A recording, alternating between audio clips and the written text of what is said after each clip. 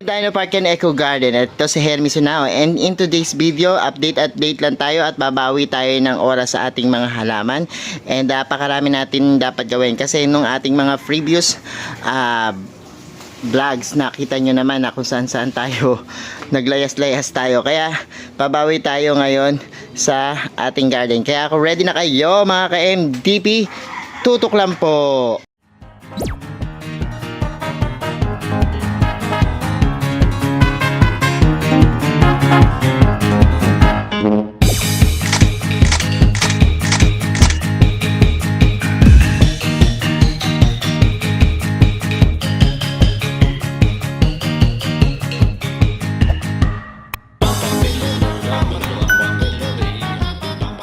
Back mga ka-MDP, hindi muna ako magpapakita sa inyo kasi baka nauumay na kayo sa pagmumukha ko dahil ilang beses nyo na ako nakita sa mga vlog. And ayan, ngayon para maiba naman, ikot-ikot lang tayo at iniikot-ikot ko tong ating mga halaman. So yan mga ka-MDP, yan, tingnan nyo, buhay na buhay yung ating mga kita nyo mga buhay na buhay yung ating mga alagang jelly beans dyan na nakahang.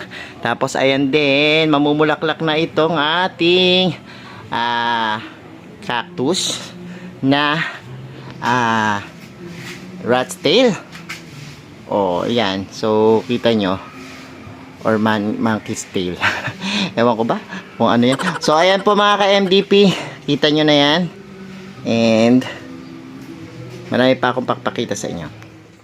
Pero bago ko umalis, nakita ko yung yan, bulaklak dun sa ating yung bulaklak to. Inamoy ko naman. Mabango siya. Ayun o, kumalat siya dito sa ating pinaka taas. Hanggang dito, hanggang dyan. So, ayan, tapos ngayong tag-ulan, kumanda tong gumamela namin. Yan, look, ang daming bulaklak. Yan, nung naulan na siya. Dati yung ito lang pink na to yung maraming bulaklak eh. Meron pa kaming mga gumamela doon. Pero, ayun, ito naman yung mas madaming mga bulaklak. So, nakakapag-reminisce ako nung kabataan dahil dito sa mga gumamela na to. Ano natin yung propagation area natin. Ayan, simento na natin tong ating plat. Tapos ito rin, papasimento na natin to kaya medyo nakakapagod kasi ayan, tinanggal na namin yung ibang halaman dito kasi gagawin natin, ipakukongkreto na natin kasi bumibigay siya. And para mailagay natin dito yung mga iba pang propagations, yung mga propagations ko ng mga philodendron. Ayan, medyo naiinitan dun, so dapat nandito sila sa gilid eh. So ayan, ito papagawa natin concrete, pero may nagawa na dito sa side na to na mga yan, umpisahan na. So nailagay na din yung mga propagations ko ng mga aloes, mga sansevieria. Ayan, and dito ko naman ilalagay sa kabilang side yung mga propagations natin ng mga philodendron. And finally, meron na rin akong yan, yung ating baby sunrose na kulay yellow. Kasi kung napanood nyo yung ating dating video nung baby sunrose natin, itong magic rose na tinatawag namin, kulay red lang yung meron ako. Naghahanap ako nung ganitong kulay. So binigyan ako ni Ma'am Jennifer Galang. Ayan, si Ma'am Jen. Thank you so much Ma'am Jen sa binigay mo sa aking aptinia na baby sunrose na kulay yellow. Naman magre-repat tayo ng ating mga, ayan, lalagay natin sa clay pot itong ating mga nasa plastic pot kasi nga yun yung mga na pending kong gawain. So lalagay natin dito sa mga marami nating clay pot na binili. So mag-start na tayo ng repotting. So ayan, magre-repat na tayo and natin ang mesh tape.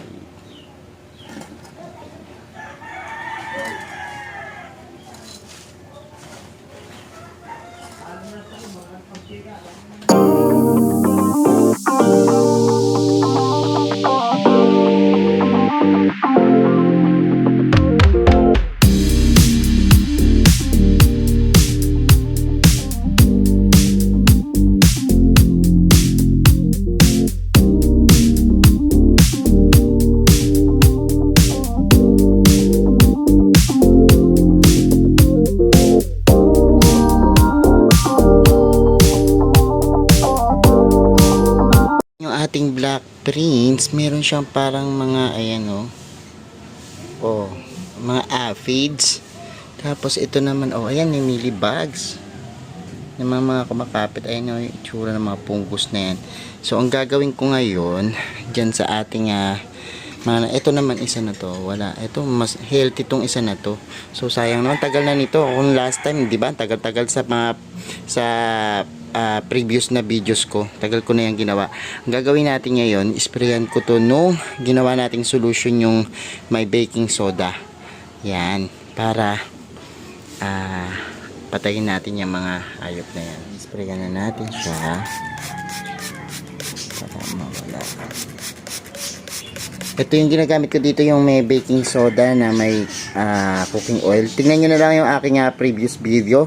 Ito yung pinaka latest nating tinimpla na fungicide. So yan yung ating gagamitin. Sprayan lang natin yan. Ito, wala naman to, pero sprayan natin to. Naku, itong isa na to, medyo matindi. Yan. Teka lang, wait lang. Yan. So, yan, sprayan natin yan. Yan.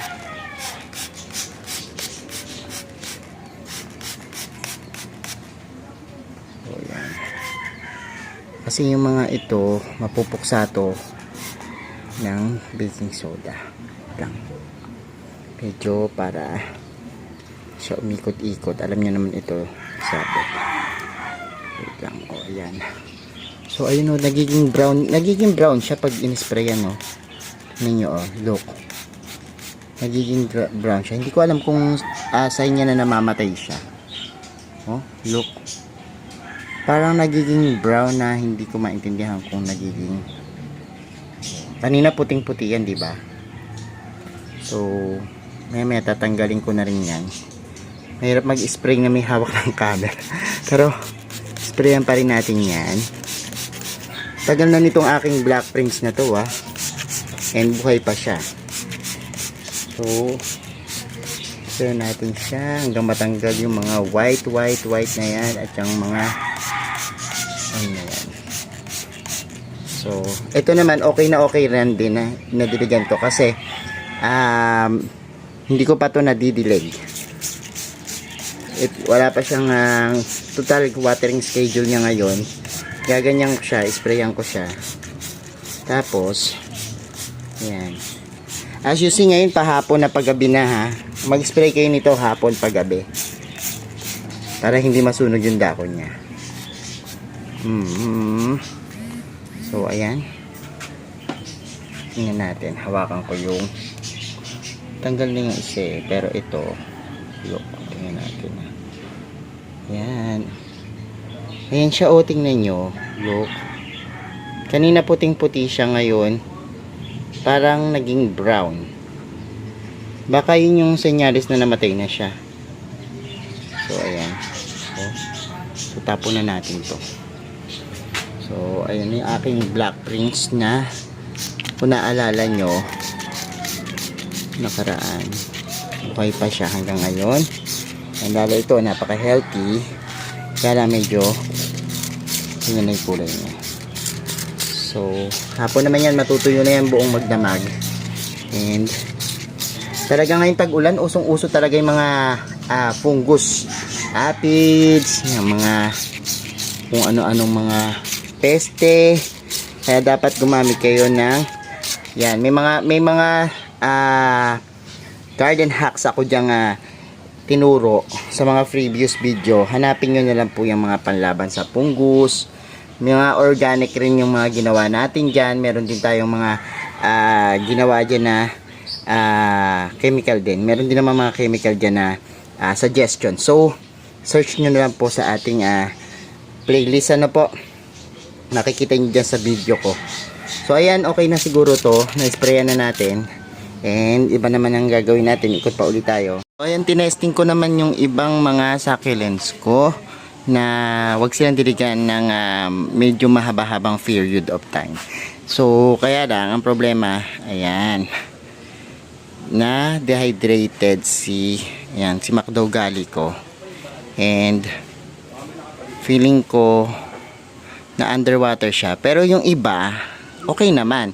Kaya lang siguro ito mas kailangan niya ng frequent na dilig. At hindi siya tatagal ng talagang walang tubig. Pero napansin ko, kumulay sila. And eto nga, kaya lang, ang problema, kumulay, pero may mga na-sunburn. Sobrang sunburn. Siguro sobrang init nito dito sa may taas. And pero ito lang namang aking cubic pros yung naging ganyan. So papakita ko na malapitan. Ayan o. Oh, the rest naman okay sila. At walang masyadong damage. Kaya lang itong mga yan, Mendoceico, I don't know kung Mendoceico o Marinay, kasi naging ganyan na siya yung kulay niya. Pero this is Pulsa naman, talagang nagbabago lang talaga itsura nila. And yan lang naman yung napansin ko dito sa ating mga halaman dito sa ating pero ito, look, this one may anak naman. Ganda, diba? Meron na siyang anak. Ganito pala siya. Yung kanyang stem parang nagkakaroon ng aerial roots. So pag pinropagate ito, saan ko kaya ito puputulin? Dito? Siguro dito. Pero ayan, wait lang, pakita ko sa inyo. Oh, ayan siya. Tapos may mga black spot siya. Hindi ko alam kung this is safe ba o talagang parte niya yan na may black. Pero ito naman, wala naman yung kanyang mother plant. So ito, eventually popropagate natin to. And ano pa ba? So ayan, ito yung experiment natin ng ice plant. Kulukulubot pag nasa loob. Pero later on sa mga susunod kong video, makikita niyo yung care tips nito. Kasi meron akong inilagay naman na ice plant dun sa ibang party ng garden natin. And yan, in-experiment ko sila. So eventually, abangan nyo yung ating care tips dyan. So ayan. Ito na yung mga naripat ko. Ayan. Dito naman mga clay pot din. So nilipat ko lang sila sa mga clay pot. Itong mga ito nagaling sa plastic. And so far hindi pa ako tapos. Pero yung iba, ang dami kong nakita kasi na mayroong mga aphids tsaka fungus. So ang gagawin natin, titreat muna natin at hindi natin sila isasama dito. So hindi ko na sila iriripat. And gagamutin na lang muna natin sa ibang area natin ilalagay ng ating garden. So ayun na, tingnan na rin natin yung ating mga seedlings. Tingnan natin yung update kung may tumubo na ba. So ito ay natin ng June 5. So tingnan natin kung mayroon na siyang mga tubo. Pero napansin ko to meron na ata pero kita kong green. June 5 itong golden barrel natin. Yan. Ang dami tumubo. So ayan, ang ganda Ayan, so yan din yan, sabay-sabay yan pero feeling ko yung mga golden barrel ang unang tumubo. Yan, yung ating golden barrel na seed. Pero yung parang melo, wala pa siyang tubo. Hindi pa siya nag-germinate. Nasilip ko lang. Pero pinakita ko lang sa inyo yung ating golden barrel. So ayan lang muna ang papakita ko sa inyo. And para makita nyo lang yung ating mga naripat na. Kasi sa dami ng mga ginawa natin, yung ating Benguet, yung ating Cavite, hindi ko na asikasong mag-repat. So ngayon ko palang ginagawa yan lahat ng yan. And nakapag-repat na rin ako sa wakas. Pero may mga iba pa na hindi ko talaga magawa pa ngayon dahil may mga aphids sila, nakita ko. Kasi ganun tayo, pag nagre-repat, nakikita natin yung mga problema ng ating mga succulents. Mga haworsia ko, okay pa naman sila. Kasi mas feel nila yung ganito, yung may mga dahon-dahon dyan sa taas. So, habang hindi pa natin nilalagyan yan ng tinatanggal yan, kasi mga damo lang yon na gumapang dyan. Hayaan muna nating maramdaman nila yan. And dito ko muna sila nilagay. Yan. So, diba? And itong ating may tubo na oh. Yung Arabica natin na sobrang ganda. May mga dako na siya. So, yan lang muna. Sa mga cactus, tingnan lang natin sila na... Ay, eto! Oh, look yung mga Prailea natin. Ang dami ng baby. Alam nyo, itong Prailea, ito yung cactus na sumasabog kapag namulaklak siya afterwards. Sasabog yung kanyang pinaka buto. Ayan o. Yung buto niya, parang explode. Tapos, diyan, tutubo siya dyan sa mga sa mga gilid-gilid. So, yan, ang ganda ng mga Frailea na yan. And ang ganda rin ng bulaklak niyan. So, dati na-addict ako sa Frailea. Kaya lang yung ibang variety, parang natuyo. Hindi ko masyadong nadiligan. Pero ilan pa ba yung Frailea ko dito? May mga Frailea pa akong iba dito naman sa mga section na yan. Pero, ito yung dalawang paborito kong Frailea. Kasi dito ko nilagay yan sa... Yan o, parang may butas yan. Tapos, parang dito lang sila kumukuha ng tubig minsan. Ito lang nilalagyan ko ng tubig. Pero ganyan sila o. Healthy sila. Tapos, ayan o. Dami na nilang mga anak. Ang tagal na rin sa akin itong Frailea na to. So, yun lang naman. And, tingin pa tayo. So, ayan. Tapos na itong mamulaklak. Ito. May pasibol na bulaklak o. So, yung moon cactus niya may pasibol ng bulaklak. So, ayan lang naman yung ating mga cactus. So, etong isa na to, ang laki na. Oh, ang taas. Yun yung pink butterfly ko na napakataas. Pero tingnan nyo lalagyanan niya. Oh. Ang liit lang. Ayan, hanggang dun yan. Naabot na yata sa bubong eh. So, ayan yung ating update sa ating mga succulent. Ito naman yung ating malaking golden barrel. And ayan, mamumulaklak na uli siya. Nakikita ko na may pasulpot na naman siya mga bulaklak. And eventually, pag yan namulaklak, aangat yan. Tapos, may makukuha na naman tayo mga buto. Dito naman tayo sa houseplant natin. Wow! Buhay na yung ating mga calathea na propagations. So, marami na tayo mga propagations ng calathea dyan. And ayun pa. Tapos meron pa dun. Ayan, oh. So, okay na yung mga propagations natin. Kaya lang meron siyang mga parang ras fungus. So, titreat din natin yan.